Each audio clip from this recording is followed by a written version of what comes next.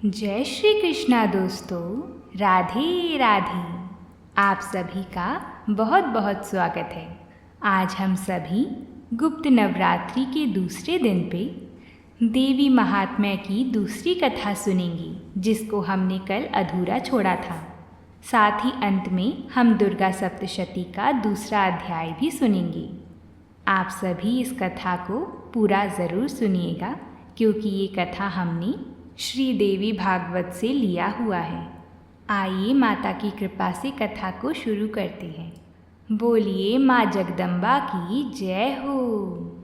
राजा जन्मेजय ने व्यास जी से पूछा था कि दक्ष के किस प्रतिकूल कर्म के कारण वह सती भस्म हो गई थी। तब व्यास जी बोले, हे राजन, सती के भस्म होने का कारण मैं तुम्हें सुनाता हूँ। किसी समय ऋषि दुर्वासा जी भगवती जम्बू नदेश्वरी के समीप गए। उन्होंने वहाँ देवी का दर्शन किया और वहीं पर वह महाबीज मंत्र का जप करने लगी।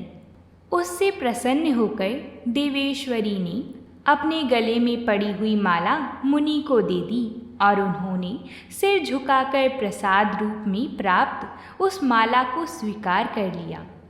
उसके बाद वहाँ से तत्काल निकलकर वह तपस्वी मुनि दुर्वासा जगदम्बा के दर्शनार्थ आकाश मार्ग से वहाँ आ गई, जहाँ साक्षात सती के पिता दक्ष विराजमान थे। मुनि ने सती के चरणों में नमन किया। दक्ष ने उन मुनि से पूछा, हे नाथ, यह अलौकिक माला किसकी है? पृथ्वी पर मनुष्य के लिए परम दुर्लभ यह माला आपने कैसे प्राप्त कर ली? उनका यह वचन सुनकर प्रेम से विहल होकर दुर्वासा जी बोले, यह भगवती का अनुपम प्रसाद है।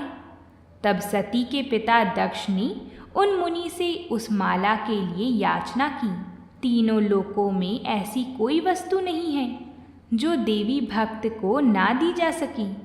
ऐसा विचार करके मुनि ने वह माला दक्ष को दे दी। दक्ष ने सिर झुकाकर उस माला को ग्रहण कर लिया और उसे अपने घर में, जहाँ पर पति पत्नी की अत्यंत सुंदर शैया थी, वहीं पर रख दिया। उस माला की सुगंधि से मत होकर राजा दक्ष रात में पशु कर्म में प्रवृत्त हुए। हे राजन, उसी पाप कर्म के प्रभाव से वह कल्याणकारी शंकर तथा देवी सती के प्रति द्वेष बुद्धि वाले हो गई। हे राजन, उसी अपराध के परिणाम स्वरूप सती ने सती धर्म प्रदर्शित करने के लिए उन दक्ष से उत्पन्न अपने शरीर को योगाग्नि से भस्म कर दिया। फिर वही ज्योति हिमालय के घर पर प्रकट हुई। बोलिए माता जगदम्बा की जय हो। अब हम सभी माता तारा रानी की कथा सुनते हैं, क्योंकि गुप्त नवरात्रि का दूसरा दिन माता तारा देवी को समर्पित होता है। बोलिए माता तारा रानी की जय हो। पौराणिक कथा के अनुसार राजा स्पर्श माँ भगवती के पुजारी थे और रात दिन महामाई की पूजा किया करते थे। माँ ने भी उन्हें राजपाट, धन दौलत, ऐशो आराम के सभी साधन दिए थे। कमी थी तो सिर्फ ये कि उनके घर में कोई संतान नहीं थी। यह गम उन्हें दिन रात सताता था। वो माँ से यही प्रार्थना करते थे कि माँ उन्हें एक संतान दे दें, ताकि वह भी संतान का सुख भोग सके, उनके पीछे भी उनका नाम लेने वाला हो, उनका वंश चलता रहे। माँ ने उनकी पुकार सुन ली। एक दिन माँ ने आकर राजा को स्वप्न में दर्शन दिए और कहा कि हम तेरी भक्ति से प्रसन्न हैं। उन्होंने राजा को 2 पुत्रियां प्राप्त होने का वरदान दिया। कुछ समय के बाद राजा के घर में एक कन्या ने जन्म लिया। राजा ने अपने राज दरबारियों को बुलाया और बच्ची की जन्म कुंडली तैयार करने का आदेश दिया। पंडित तथा ज्योतिषियों ने उस बच्ची की जन्म कुंडली तैयार की और कहा कि वो कन्या तो साक्षात देवी का रूप है। यह कन्या जहाँ भी कदम रखेंगी वहाँ खुशियाँ ही खुशियाँ होंगी। कन्या भी भगवती की पुजारिन होगी। उस कन्या का नाम तारा रखा गया। थोड़े समय बाद राजा के घर वरदान के अनुसार एक और कन्या ने जन्म लिया। मंगलवार का दिन था। पंडितों और ज्योतिषियों ने जब जन्म कुंडली तैयार की तो उदास हो गए। राजा ने उदासी का कारण पूछा तो वह कहने लगे कि वह कन्या राजा के लिए शुभ नहीं है। राजा ने उदास होकर ज्योतिषियों से पूछा कि उन्होंने ऐसे कौन से बुरे कर्म किए हैं जो कि इस कन्या ने उनके घर में जन्म लिया है। उस समय ज्योतिषियों ने ज्योतिष के अनुसार लगाकर बताया कि वह दोनों कन्याएं जिन्होंने उनके घर में जन्म लिया था, पूर्व जन्म में वह दोनों देवराज इंद्र के दरबार की अप्सराएं थीं। उन्होंने सोचा कि वह भी मृत्यु लोक में भ्रमण करेंगी तथा देखेंगी कि मृत्यु लोक में लोग किस तरह रहते हैं। बड़ी बहन का नाम तारा था तथा छोटी बहन का नाम रुकमन था।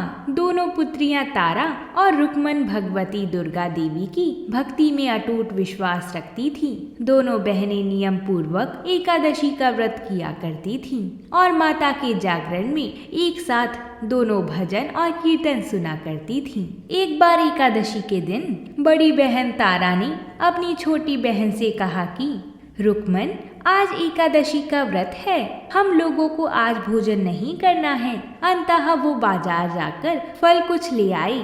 रुकमन बाजार फल लेने के लिए गई। वहाँ उसने मछली के पकौड़े बनते देखे। उसने अपने पैसे के तो पकौड़े खा लिए तथा तारा के लिए फल लेकर वापस आ गई और फल उसने तारा को दे दिया। तारा के पूछने पर उसने बताया कि उसने मछली के पकौड़े खा लिए हैं।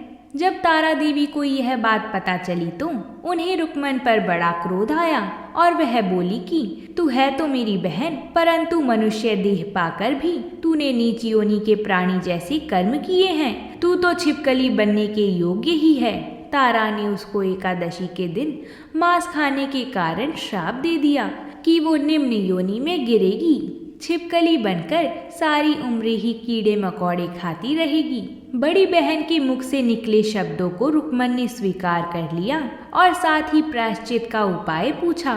तारा ने कहा, त्याग और परोपकार से सब पाप छूट जाते हैं। दूसरे जन्म में तारा देवी इंद्रलोक की अप्सरा बनी और छोटी बहन रुकमन छिपकली की योनि में प्रायश्चित का अवसर ढूंढने लगी। उसी समय एक ऋषि गुरु गोरख जी महाराज अपने शिष्यों के साथ एक जंगल में रहते थे। उनके शिष्यों में एक शिष्य तेज स्वभाव तथा घमंडी था। एक दिन वो घमंडी शिष्य पानी का कमंडल भरकर खुले स्थान में एकांत में जाकर तपस्या पर बैठ गया। वो अपनी तपस्या में लीन था। उसी समय उधर से एक प्यासी कपिला गाय आ गई। उस ऋषि के पास पड़े कमंडल में पानी पीने के लिए उसने मुंह डाला और सारा पानी पी गई। जब कपिला गाय ने मुंह बाहर निकाला तो खाली कमंडल की आवाज सुनकर उस ऋषि की समाधि टूट गई। उसने देखा कि गाय ने सारा पानी पी लिया था। ऋषि ने गुस्से में आकर उस कपिला गाय को बहुत बुरी तरह से चिमटे से मारा, जिससे वह गाय लहूलुहान हो गई। यह खबर गुरु गोरख को मिली तो उन्होंने कपिला गाय की हालत देखी। उन्होंने अपने उस शिष्य को बहुत बुरा भला कहा और उसी वक्त आश्रम से निकाल दिया। गुरु गोरख जी महाराज ने गौ माता पर किए गए पाप से छुटकारा पाने के लिए कुछ समय के बाद एक यज्ञ करवाया। इस यज्ञ का पता उस शिष्य को भी चल गया जिसने कपिला गाय को मारा था। उसने सोचा कि वह अपने अपमान का बदला जरूर लेगा। यज्ञ शुरू होने पर उस शिष्य ने एक पक्षी का रूप धारण किया और चोंच में सर्प लेकर भंडारे में फेंक दिया, जिसका किसी को पता न चला। वह छिपकली जो पिछले जन्म में तारा देवी की छोटी बहन रुकमन थी तथा बहन के श्राप को स्वीकार कर छिपकली बनी थी, सर्प का भंडारे में गिरना देख रही थी। उसे त्याग और परोपकार की शिक्षा अब तक याद थी। वह भंडारा होने तक घर की दीवार पर चिपकी कई लोगों के प्राण बचाने हेतु उसने अपने प्राणों को न्यौछावर कर देने का मन ही मन में निश्चय कर लिया था। जब खीर भंडारे में दी जाने वाली थी तब बांटने वालों की आंखों के सामने ही वह छिपकली दीवार से कूदकर कढ़ाई में जा गिरी। लोग छिपकली को बुरा भला कहते हुए खीर की कढ़ाई को खाली करने लगते हैं। उन्होंने उसमें मरे हुए सांप को देखा। तब जाकर सबको मालूम हुआ कि छिपकली ने अपने प्राण देकर उन सब के प्राणों की रक्षा की थी। उपस्थित सभी सज्जनों और देवताओं ने उस छिपकली के लिए प्रार्थना की कि उसे सब योनि में उत्तम मनुष्य जन्म प्राप्त हो तथा अंत में वह मोक्ष को प्राप्त करे। तीसरे जन्म में वह छिपकली राजा स्पर्श के घर कन्या के रूप में जन्म लेती है। दूसरी बहन तारा देवी ने फिर मनुष्य जन्म लेकर तारामती नाम से अयोध्या के प्रतापी राजा हरिश्चंद्र के साथ विवाह किया। राजा स्पर्श ने ज्योतिषियों से कन्या की कुंडली बनवाई। ज्योतिषियों ने राजा को बताया कि कन्या आपके लिए हानिकारक सिद्ध होगी, ऐसा होना ठीक नहीं है, अंततः वह उसे मरवा दे। राजा बोले कि लड़की को मारने का पाप बहुत बड़ा होता है, वह उस पाप का भागी नहीं बन सकती। तब ज्योतिषियों ने विचार करके राय दी कि राजा उसे एक लकड़ी के संदूक में बंद करके ऊपर से सोना चांदी आदि जड़वा दे और फिर उस संदूक के भीतर लड़की को बंद करके नदी में प्रवाहित कर दे। सोने चांदी से जड़ा हुआ संदूक अवश्य ही कोई लालच में आकर निकाल लेगा और राजा को कन्यावध का पाप भी नहीं लगेगा। तब ऐसा ही किया गया और नदी में बहता हुआ संदूक काशी के समीप एक भंगी को दिखाई दिया तो वो संदूक तो नदी से बाहर निकाल लाया। उसने जब संदूक खोला तो सोने चांदी के अतिरिक्त अत्यंत रूपवान कन्या दिखाई दी। उस आदमी की कोई संतान नहीं थी। उसने अपनी पत्नी को वह कन्या लाकर दी तो पत्नी की प्रसन्नता का ठिकाना ना रहा। उसने अपनी संतान के समान ही बच्ची को छाती से लगा लिया। भगवती की कृपा से उसके स्तनों में दूध उतर आया।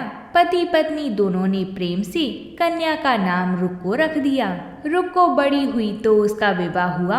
रुक्को की सास महाराज हरिश्चंद्र के घर सफाई आदि का काम करने जाया करती थी। एक दिन वह बीमार पड़ गई तो रुक्को महाराज हरिश्चंद्र के घर काम करने के लिए पहुंच गई। महाराज की पत्नी तारामती ने जब रुक्को को देखा तो वह अपने पूर्व जन्म के पुण्य से उसे पहचान गई। तारामती ने रुक्को से कहा कि वो उसके पास आकर बैठी। महारानी की बात सुनकर रुक्को बोली कि वो एक गरीब घर की है, भला वह रानी के पास कैसे बैठ सकती है। तब तारामती ने उसे बताया कि वह उसके पूर्व जन्म की सगी बहन है। एकादशी का व्रत खंडित करने के कारण उसे छिपकली की योनि में जाना पड़ा। जो होना था वो तो हो चुका है। अब उसे अपने वर्तमान जन्म को सुधारने का उपाय करना चाहिए और भगवती वैष्णो माता की सेवा करके अपना जन्म सफल बनाना चाहिए। यह सुनकर रुक्को को बड़ी प्रसन्नता हुई और जब उसने उपाय पूछा तो रानी ने बताया कि वैष्णो माता सब मनोरथ को पूरा करने वाली हैं। जो लोग श्रद्धा पूर्वक माता का पूजन व जागरण करते हैं उनकी सब मनोकामना पूर्ण होती है। रुक्को ने प्रसन्न होकर माता की मनौती मानते हुए कहा कि यदि माता की कृपा से उसे एक पुत्र प्राप्त हो गया तो वो माता का पूजन व जागरण करेगी। माता ने प्रार्थना को स्वीकार कर लिया। फलस्वरूप 10वें महीने में उसके गर्भ से एक अत्यंत सुंदर बालक ने जन्म लिया। परंतु दुर्भाग्यवश रुक्को को माता का पूजन जागरण कराने का ध्यान ही नहीं रहा। जब वह बालक 5 वर्ष का हुआ तो एक दिन उसे माता निकल आई। रुक्को दुखी होकर अपने पूर्व जन्म की बहन तारामती के पास आई और बच्चे की बीमारी का सब वृतांत कह सुनाया। तब तारामती ने पूछा कि उससे माता के पूजन में कोई भूल तो नहीं हुई।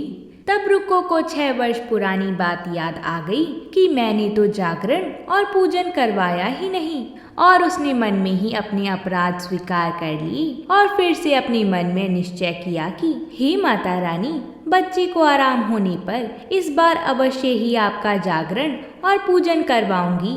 भगवती वैष्णो देवी की कृपा से बच्चा दूसरे ही दिन स्वस्थ हो गया और बिल्कुल ठीक हो गया। तब रुक्को ने देवी जी के मंदिर में जाकर पंडित जी से कहा कि मुझे अपने घर माता का जागरण करवाना है।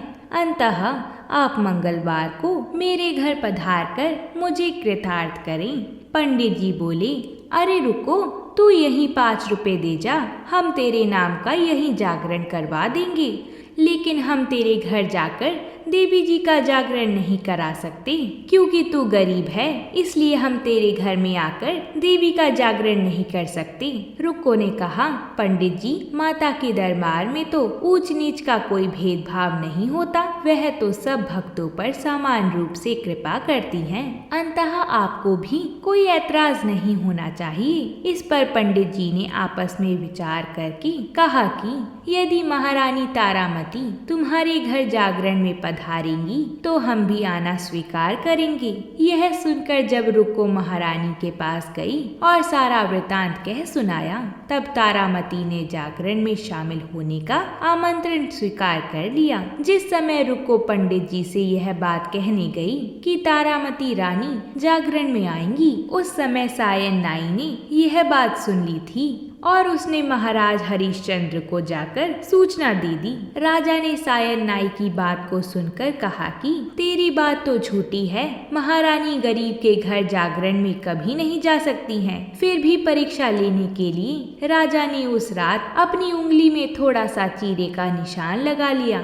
जिससे राजा को नींद न आवे। जब रानी तारामती ने देखा कि अब जागरण का समय हो रहा है परंतु महाराज को नींद नहीं आ रही है, तो उसने माता वैष्णो देवी से मन ही मन में प्रार्थना की कि हे माता, आप ही किसी उपाय से मेरे महाराज को सुला दें ताकि मैं आपके जागरण में सम्मिलित हो सकूं। तब राजा को नींद आ गई तो तारामती ने रोशनदान से रस्सा बांधकर महल से उतरकर रुक्को के घर जागरण में जा पहुंची।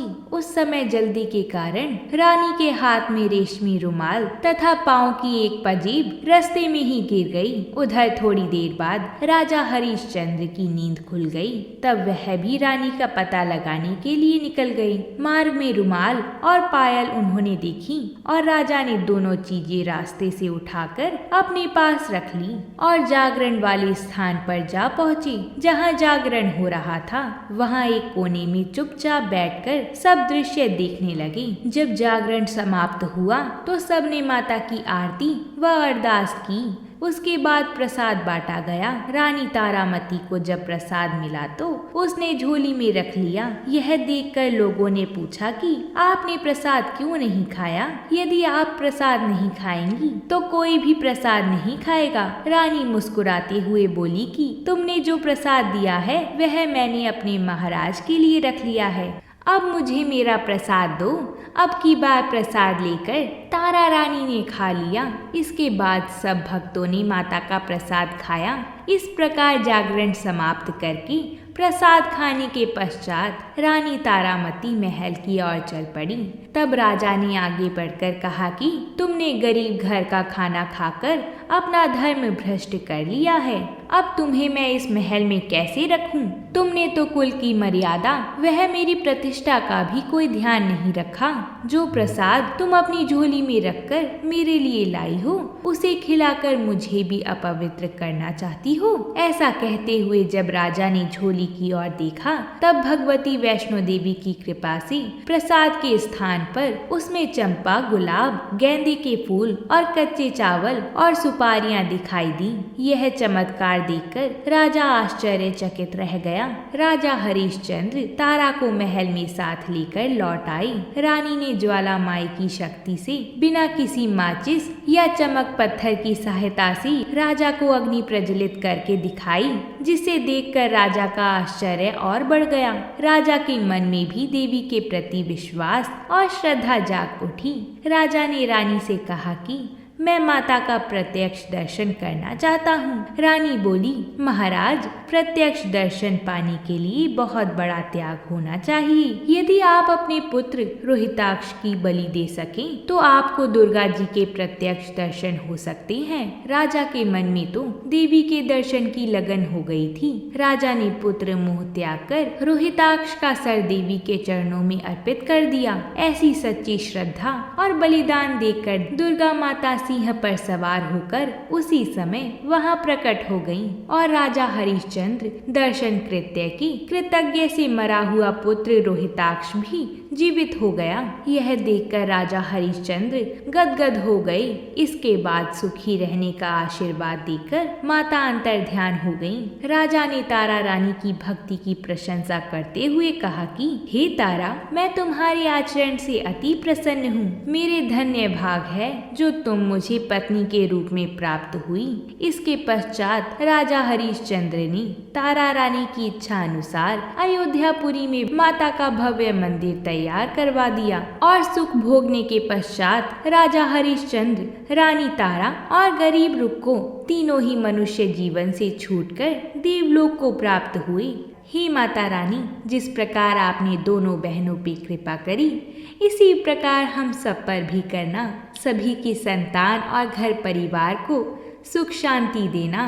माता रानी के जागरण में या उनके व्रत में तारा रानी की इस कथा को जो कोई मनुष्य विधि पूर्वक पढ़ता है या सुनता है, उसकी सभी मनोकामना पूर्ण होती हैं। सुख और समृद्धि बढ़ती है, शत्रुओं का नाश होता है और सर्व मंगल होता है।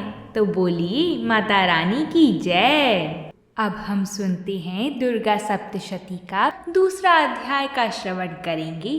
दुर्गा सप्तशती के दूसरे अध्याय का पाठ या श्रवण करने से जीवन सफलता की ओर बढ़ता है। साथ ही माता रानी की कृपा से सभी कष्ट दूर हो जाते हैं। तो आइए दूसरे अध्याय का प्रारंभ करते हैं। मेरा आपसे निवेदन है कि इस पाठ को बीच में छोड़कर ना जाएं। पूरी कथा का श्रवण अवश्य करें, क्योंकि कथा को बीच में छोड़ने से उसका निरादर माना जाता है। तो जोर से जयकारा लगाते हुए कहिए, जयकारा मेहरा वाली का, बोल साचे दरबार की जय। मार्कंडेय ऋषि कहते हैं, पूर्व काल में देवताओं और असुरों में 100 वर्षों तक घोर संग्राम हुआ था।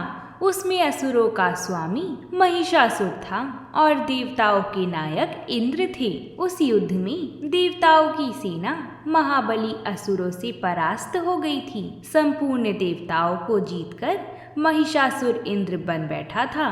तब पराजित देवता प्रजापति ब्रह्मा जी को आगे करके उस स्थान पर गए जहां भगवान शंकर और विष्णु विराजमान थे।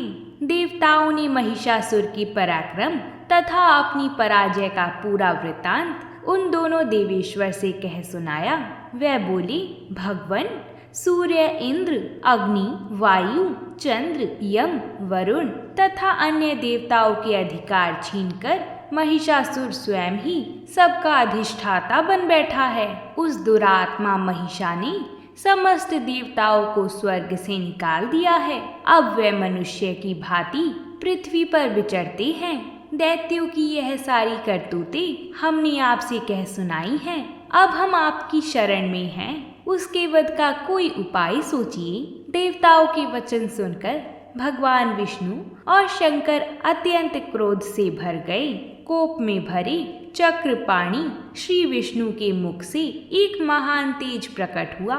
इसी प्रकार ब्रह्मा जी, शंकर जी तथा इंद्र आदि अन्य देवताओं के शरीर से भी बड़ा भारी तेज निकला।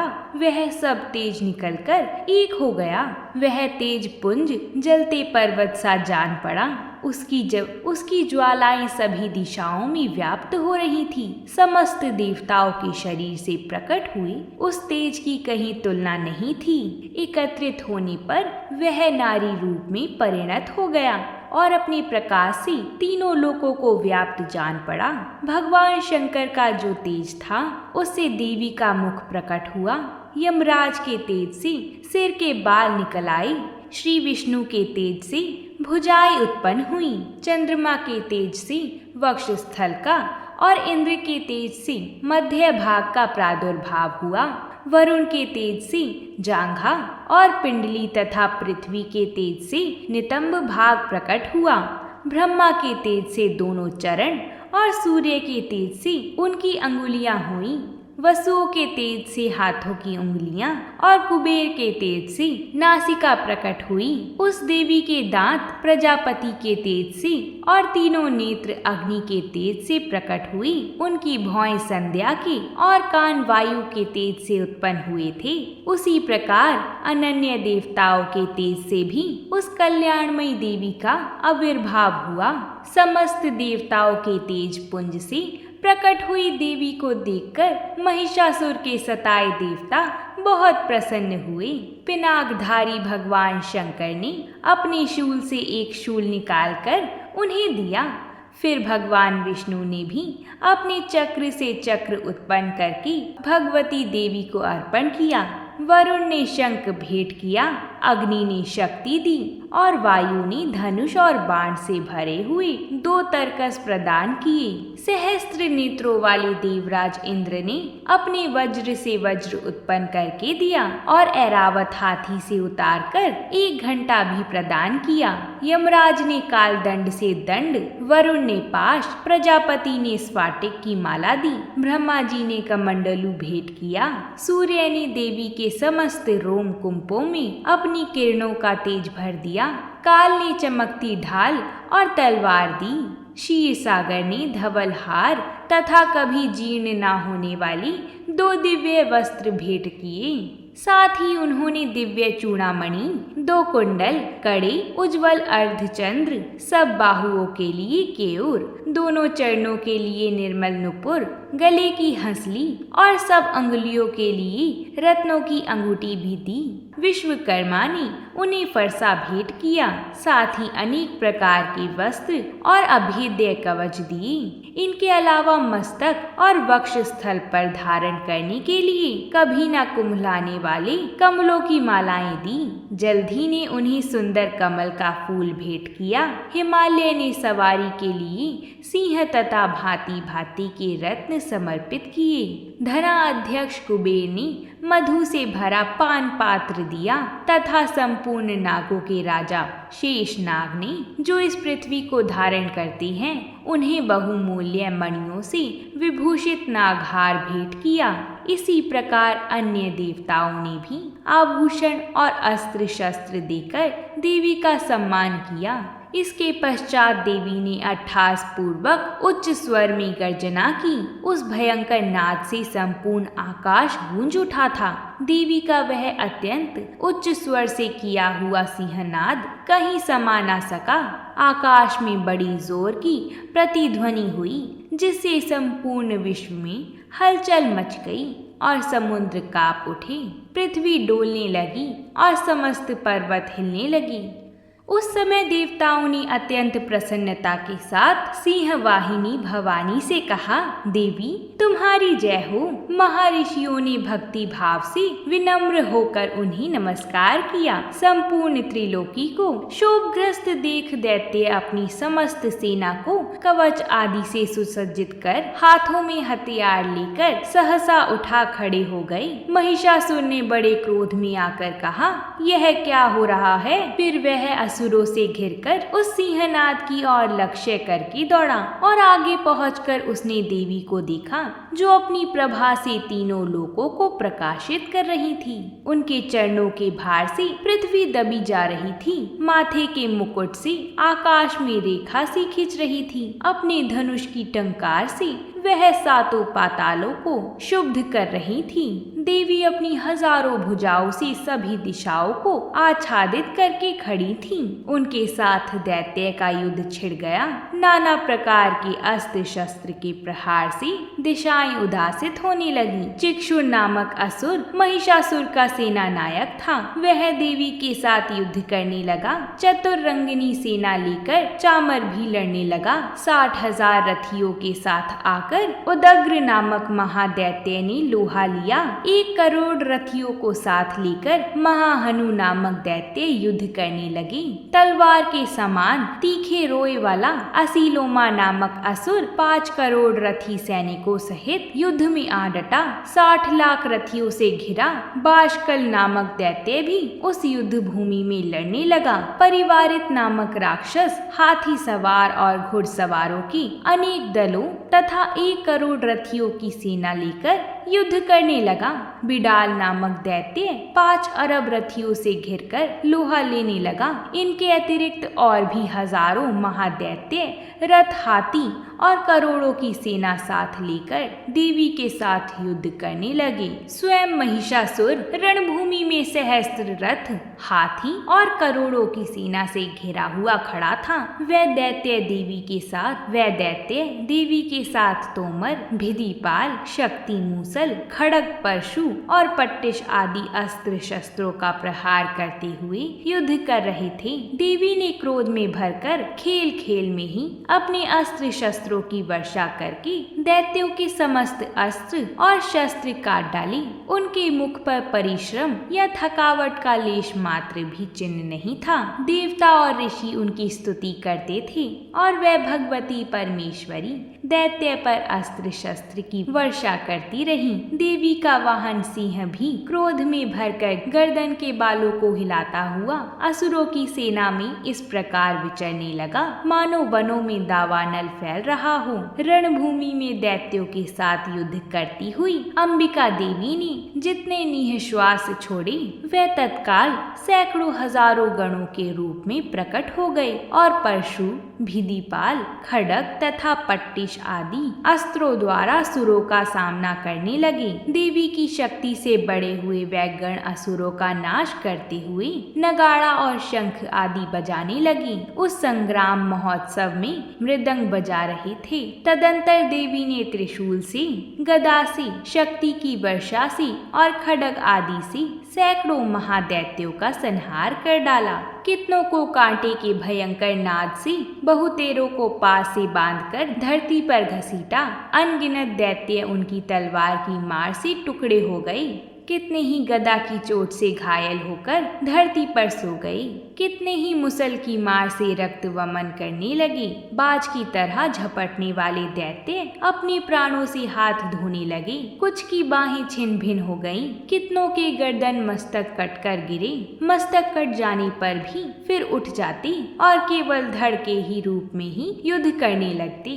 दूसरे कबद युद्ध के बाजों की लय पर नाचते। कितने ही बिना सिर के धड़, हाथों से खड्ग और शक्ति लिए दौड़ते थे तथा दूसरे महादैत्य ठहरो ठहरो यह कहते हुए देवी को युद्ध के लिए ललकारते थे। जहाँ संग्राम हुआ वहाँ की धरती देवी के गिराए हुए रथ, हाथी, घोड़े और असुरों की लाशों से ऐसी पट गई थी वहाँ चलना फिरना असंभव हो गया था। दैत्यों की सेना में हाथी, घोड़े और असुरों के शरीर से इतनी अधिक मात्रा में रक्तपात हुआ था कि थोड़ी ही देर में वहाँ खून की बड़ी बड़ी नदियां बहने लगीं। जगदम्बा ने असुरों की विशाल सेना को क्षण भर में नष्ट कर दिया।